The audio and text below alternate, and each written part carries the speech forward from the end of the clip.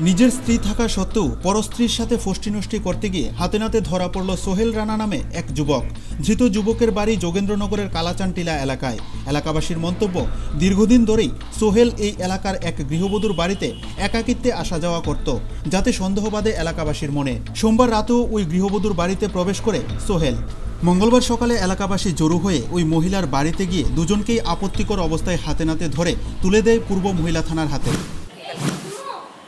অনেক দিন ধরে হ্যাঁ তোমার এইরকমভাবে একটা সারে একটা ধরে একটা সারে একটা ধরে, আমরা তো পারা একটা। আর হ্যাঁ তো মুসলমান না, ছেলেটা কিন্তু মুসলমান, মেয়েটা তো মুসলমান, মেয়েটা মারা আনছি তো।